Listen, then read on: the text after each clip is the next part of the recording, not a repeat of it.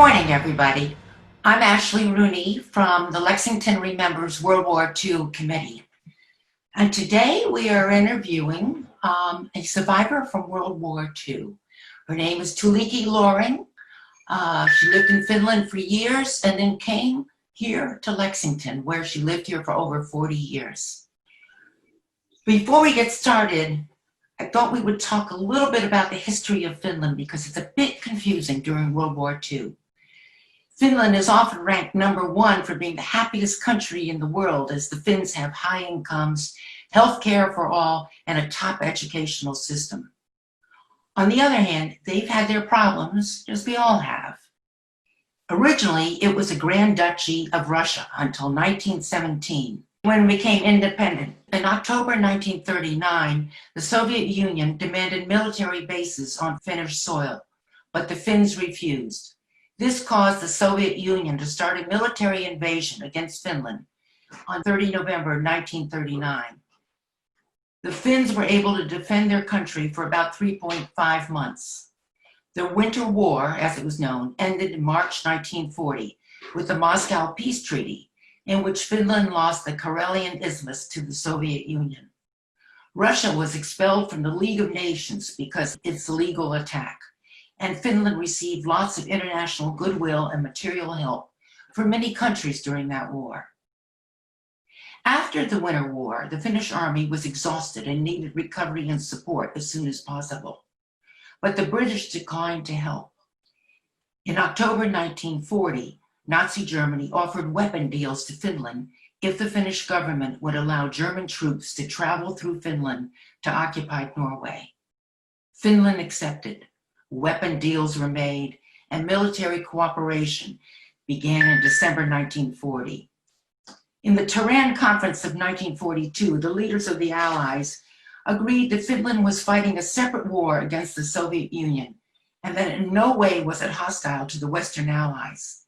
The Soviet Union was the only Allied country against which Finland had conducted military operations.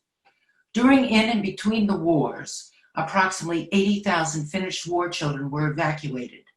5% went to Norway, 10% to Denmark, and the rest to Sweden. Most of the children were sent back by 1948, but 15 and 20% remained abroad, and Tuulikki will tell us more about that.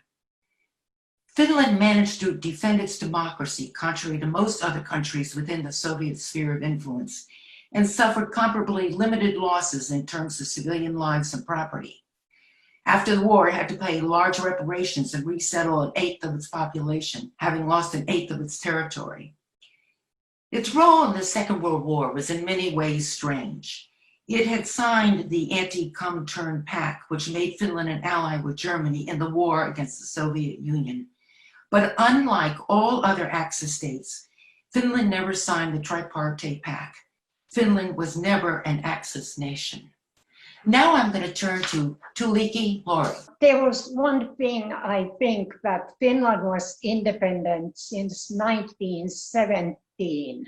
So anyhow, I don't really know where to start, but I can say that there is probably a picture what is explained what was taken during the interim time when we had a peace, and then there was I don't remember too much until I was about 3 years old, and the vivid memory I have when I was about 5, when my mother took us to Sweden, to Skåne.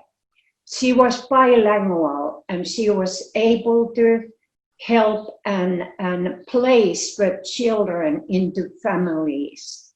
And of course, it was kind of Swedes loved the blonde little girls and the boys, and the less attractive children were placed the last. And I can just feel for them how they must have felt, because nobody wanted them immediately.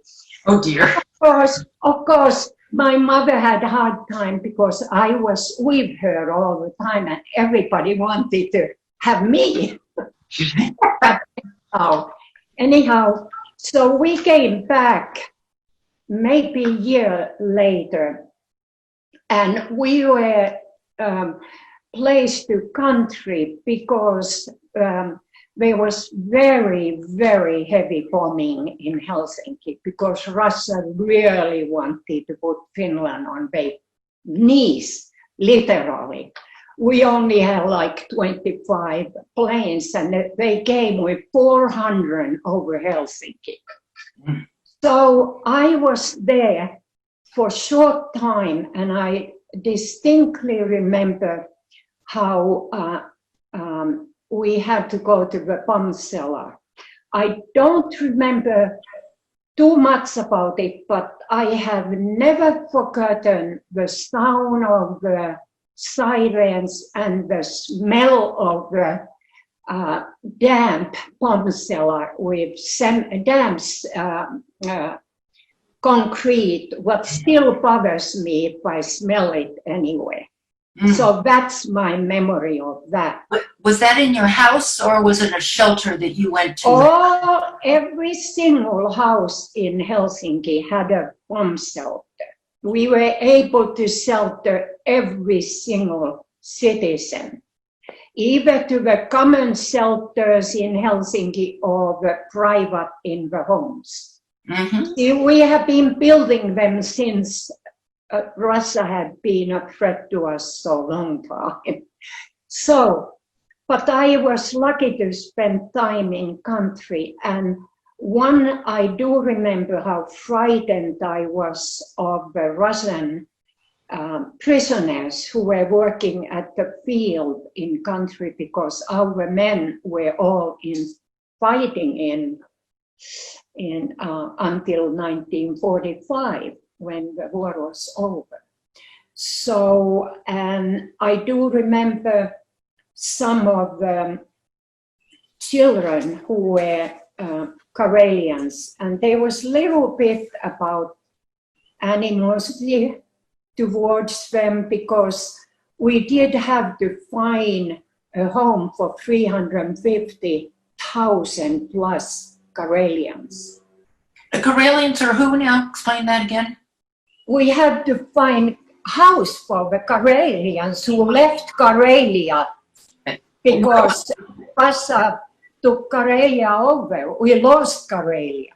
Okay, good. So Karelia was part of Denmark. Yeah. And one recollection I have is when we went to visit relatives area in Finland where Russia had demanded the military base. They leased it for 100 years after we lost the war. And when we went with train through that area, the train had barricades put on windows and lights on so we couldn't see what was going on. But for some reason, 1956, Russia released the military base and we were able to go through it. So of course my father immediately took us there and we could see what had happened. And it was another story, but it was very different to get it back. So the fields were gone, but there were a lot of military construction, which we now have. You mentioned to me when we talked about your father, how you hadn't seen him. Yes, this is a thing. My father came back and I saw him. I have seen him perhaps before, but I don't recall it. And my mother went to, of course, visit my father at the field. Women were allowed to do that. And of course, the Lottas lived with the military at the field. But when my father came back and my mother said to me, "Here is your father," I was speaking Swedish at the time. I spoke both languages, but I spoke Swedish with my mother when I didn't want anybody else to know it. Of course, everybody knew it probably, including my father. And I told my mother, I'm sorry, Mom, you got to get rid of a strange man. I don't want him with us. And my father was very hurt, of course, and he was so young, he was only his mid-30s, that it took him very badly. And I think it had a big difference in our relationship, because my sister was that cute half-a-year-old child. So anyhow, and one thing I remember specifically, we were lucky to have fairly good food at the country, because there was severe shortages, as even in the United States you have shortages.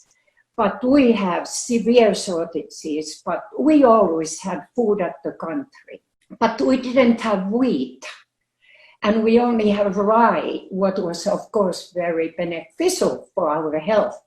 But my mother made me a birthday cake because she has gotten some white flour, and I told my mother, I really don't care for this. Of course, that was very disappointing. You become accustomed to rye flour, huh? Yeah. And I was also allergic to milk, what we had plenty, but I could only drink buttermilk and then this malt drink, and I have been loving beer ever since. We went to school right after war. I went to school 1947, and the war was over 45, and we have been paying heavily for war reparations. Yeah, and we also, I want to mention, we're the only country what paid US back for anything we had borrowed. Oh, good for you. The only country. But it was quite, the trip to school was long, and we had to do it by feet because there was no cars. The cars ran with coal, and of course that was horrible. I even know one of the people who died of breathing that with the cars. But we walked to school, and winter time, I went to school, of course, September, and winter time, it was one of the coldest winters and very much snow. And so many kids did not go to school. My parents thought I should. So we walked to school, and of course it took half a day to dry the clothes when we have been tramping in the waist-deep snow. But we made it to the school, and we dried our clothes, and believe it or not, we had school food. It was cold soup, what we had to eat from our own dishes, what we had to wash with cold water. So I was very finicky eater, having to eat fairly nice food all the time.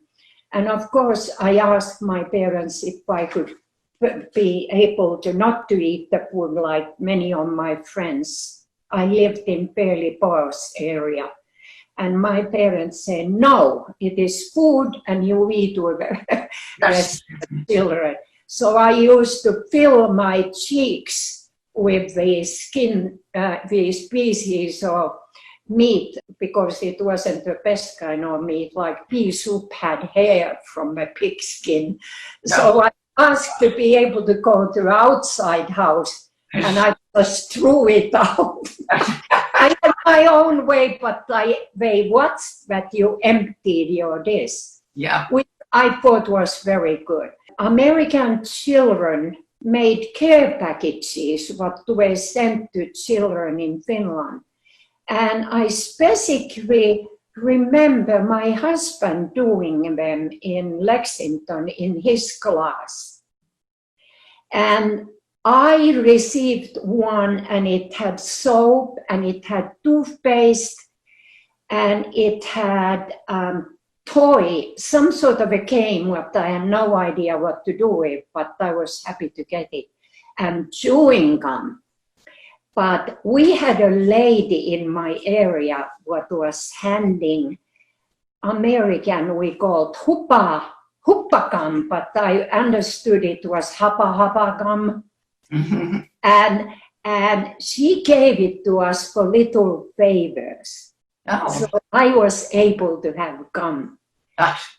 So, but I remember that life was tough, but I still went to rural country every single summer vacation until Finland, until I was in high school when things were much better already. What school in Lexington did your husband go to? Monroe. So Monroe, let's give Monroe at least a kudo that they were sending those boxes to you. Did you get them through the mail? How did you get them? Were they? I do not remember. They came to school. They came to the school. Okay. You must have been thrilled. Somebody gave you a box and there was all this stuff in there. Yeah, they sort of divvied it out for who get. Not all the boxes were equally as valuable. But the only candy we had was this pink powder in the little paper pouch, what you pour into your mouth. Oh yeah, they still have something like that. Yes. That was the candy we had. Gosh, interesting. Now there were no soldiers around, nobody overlooking you all, worrying about no American presence other than these boxes? No. No. No, I lived on a suburb of Helsinki. Okay. And at that time, when I was in school, my father built a house on our summer cottage. Yeah. So we lived there. And you still have that summer cottage, right? You still go.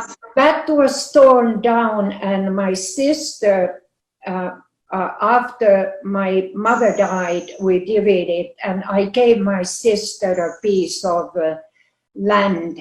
She built a house for herself, and my father's beautiful home, what he built in late 50s, early 60s, what I only saw short time when I came back from Finland, from US, where I was au pair.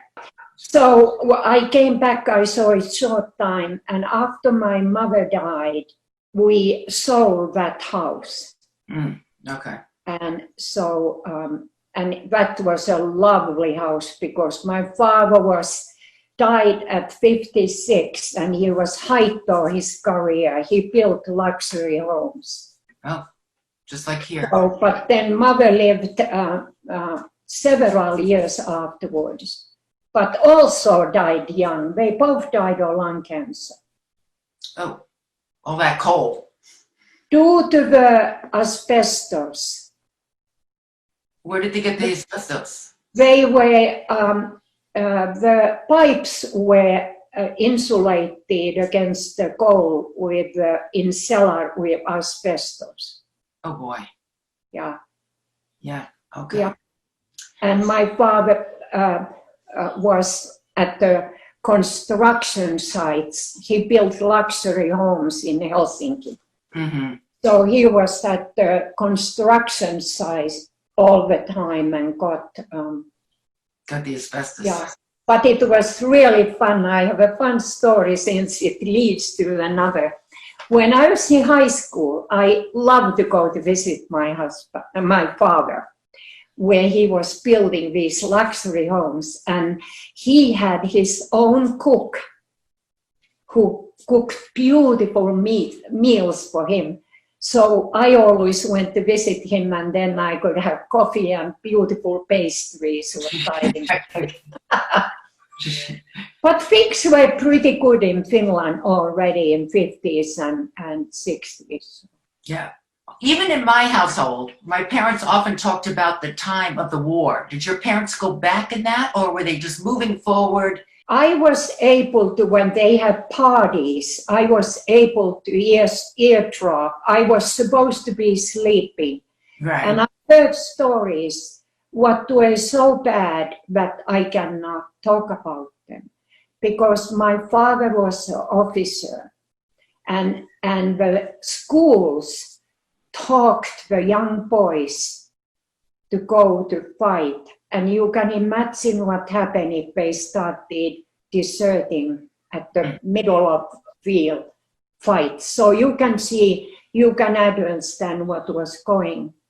Needless to talk about it. Yeah. And also, they saw Russian prisoners who had no food because Finns couldn't give any, so they ate frozen potatoes. Oh. So Winter War, for example, was a disaster. Yeah. So I heard those stories. Yeah. And I still carry them, and I can't even be mad at Russians. They were so horrendous, the stories. The poor guys fought without any winter clothes. Mm. And the temperature was -40 Fahrenheit. No, that'd be terrible. You're talking more about the Russians and not much about the Germans here. Not many memories of I don't recall Germans at all, except there were a lot of Finnish Jews who came to Finland, Russian Jews who came to Finland the 30s, and they fought together with the German soldiers against Russia because they were so patriotic Finnish. Yeah. They were Finnish at the time. And I had few Jewish friends I was very fond of. Did the Finns, while being part of Nazi Germany, was there much persecution of the Jews at that point? No, because they fought for Finland in Finnish army with the Nazi German. Okay, so they left them alone. Yeah. Ah. And Finland did not send the Jews to Germany, even Russia demanded it. We did not. Mm-hmm. After we lost the war, that is. Oh, I see. Okay. And how did your little sister do during all this process? Well, she was too young to remember. Unfortunately, she is the one who remembers everything from 1956 on. Oh, heck. She has memory like, she was able to tell me how Porkkala, that military base, looked when we went there. And I do not recall it. I just remember going there with my father's Skoda car. Let's talk about how you got to the United States. Well, it's kind of embarrassing because I should have gone to mathematics, but in Finnish school system, from the middle of the high school, you have to make a decision if you want to go to humanities or mathematics. And I chose languages. Mm-hmm. And of course, I spoke Swedish and Finnish, so that was okay. And I learned French very well, to the point that my teacher took us to Paris for 1 week with 2 chaperones with all these young kids. Wow. But that was the wall at the time. Yeah. So, but I hated German language, so I flunked that, and I despised my English teacher. So I didn't even want to learn English. So I flunked that. And the way the school system was in Finland, you had to take everything. You couldn't flunk any. You had 1 summer to learn it and try to pass it autumn. But if you didn't, you had to go back to the same class. Mm. And believe it or not, I had one of the best averages, but I could not continue because I couldn't pass German and English. Ah. So I said, okay. And I had a summer position because I always worked summer times. I wanted to have my own money. So I was I worked at the Shell oil company. I was doing the telephone because I spoke 2 languages. And so then I did the calculations how much oil was in the tank when the temperature changes. So the oil level changes. That was my job. Not a bad job for a kid. Yeah. Sounds And this, but complicated. the one thing my parents did not like, that end of the day, and it was dark, autumn in Finland, I had to walk with the cash deposits up the hill to the bank what had an outside deposit. Oh. My parents did not like me to handling that much money alone. So I was taking place of this girl who was coming back from United States, where she was au pair in Lincoln. And she said she had a wonderful boyfriend in Lexington. And there was a family of MIT and Harvard professors who were looking for au pair girl from Finland. And I told my parents the same day I'm leaving. And they say, oh no, where are you going? And I explained, and they found out where I was going and knew about it. So they okayed it. And I had to take boat to Sweden, a train from Sweden, what went on the boat. The train went to boat. We in Finland had different gauge railroad, because we have to obey Russian railroad size. So we had to change trains in middle of Finland to change to the other gauge to get to Sweden. Yeah. Kind of interesting anyhow. So then I took a boat from Rotterdam to New York City. And at that time... Were you all by yourself doing all this? Yes. And how old were you? 20. Okay. So, because our school system is like second year, like junior college, we have different. So anyhow, I arrived to New York City, believe it or not, to Manhattan, and we went by Statue of Liberty. And I saw that, and it was unbelievable sight, because in 50s you didn't have anything, you know, no televisions really. Even we had one of the first televisions in my family, and all you could hear is Estonia and Russia stations. So no Finnish language even, but we were thrilled to see television. I only have sent a picture what was about 3 inches by 2.5 inches, and there were 2,000 passengers. And when we boarded, this man from Lexington in little Volkswagen was supposed to recognize me. And he did. And he was Jewish, and he wanted to show me where he was from in Brooklyn. Right, Brooklyn? Yeah. It's Brooklyn.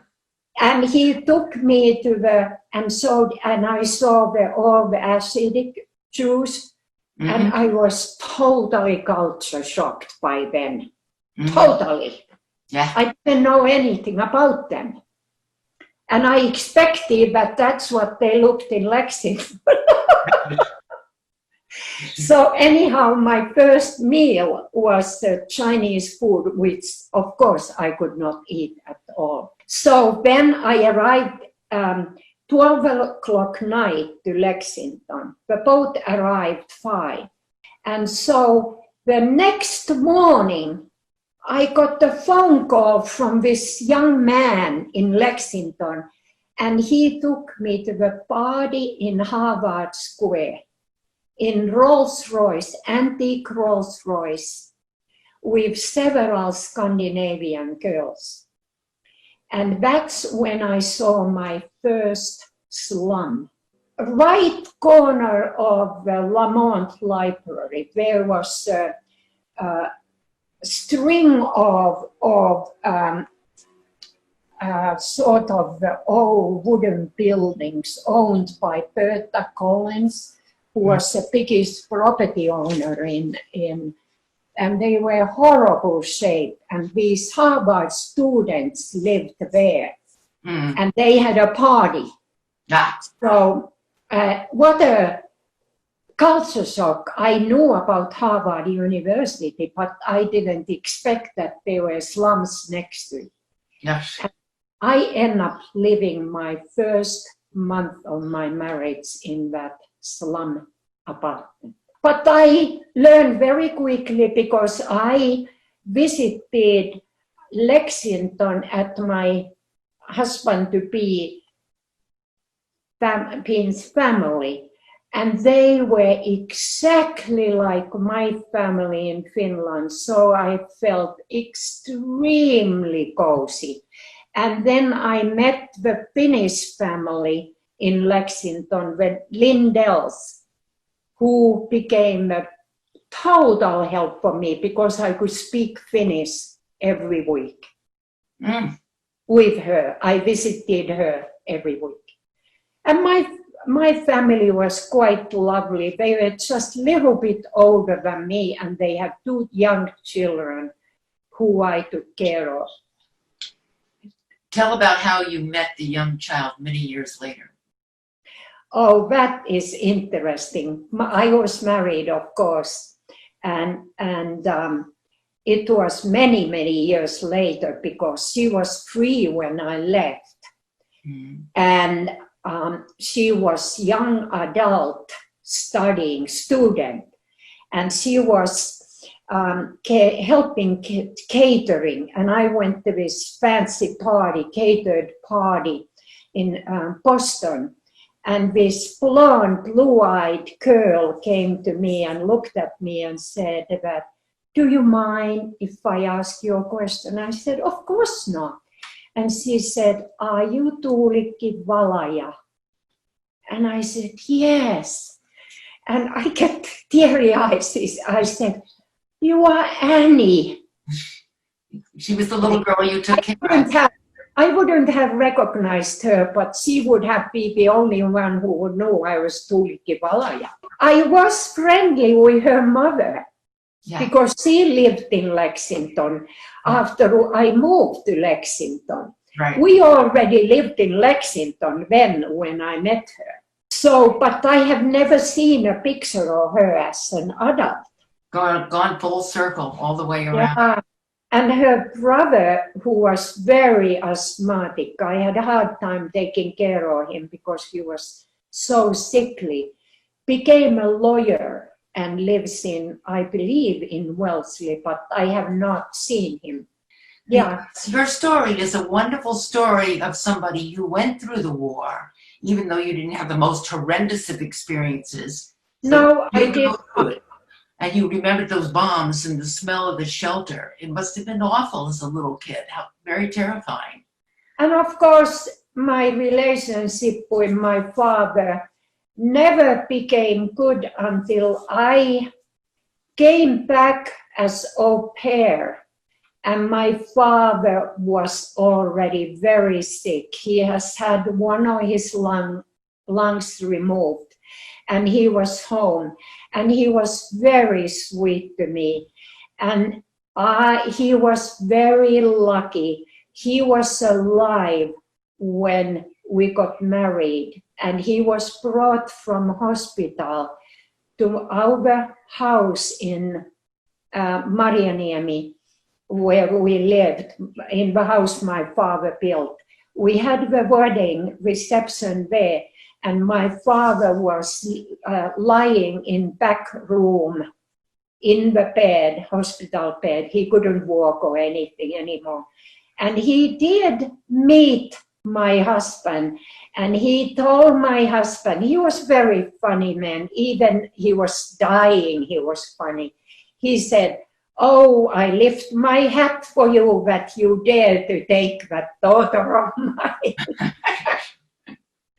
Yeah, those were the last words he said to Selden, and I had to translate them, of course. Yes, yeah.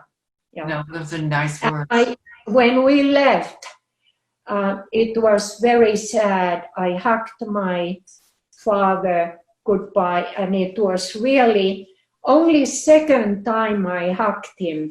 He hugged me when I came back, and there was disagreement with my mother, and my father took me to his lap and hugged me, and that was the first time he has ever done it.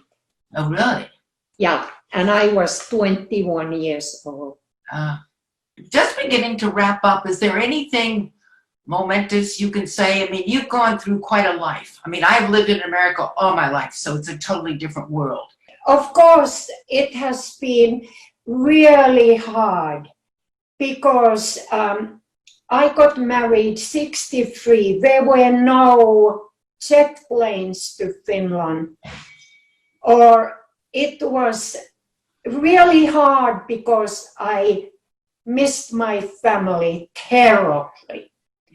And my mother came only 3 times because when she was widowed, she spent all her money taking care of my father in private hospital because we had good medical care, but my father begged my mother not putting him there. So he was in private hospital, private care from May till August when he died, and that nearly bankrupted my mother.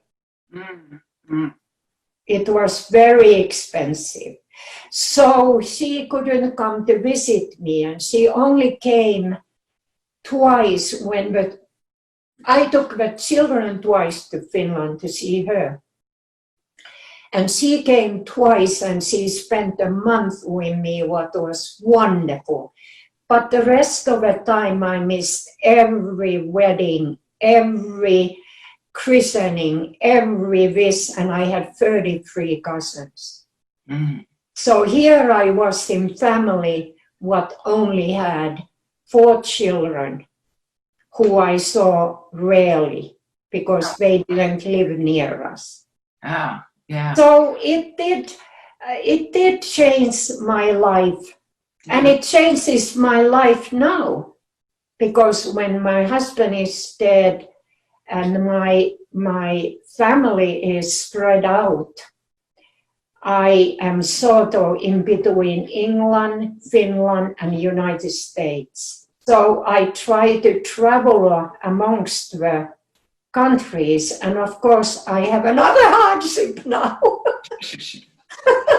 And of course we're in the middle of a pandemic and you can't travel most of those places. Yeah, no. I am EU citizen, so if I want to sneak, I can leave the country with my US passport, what I have to do, and I can arrive to Finland with my Finnish citizenship.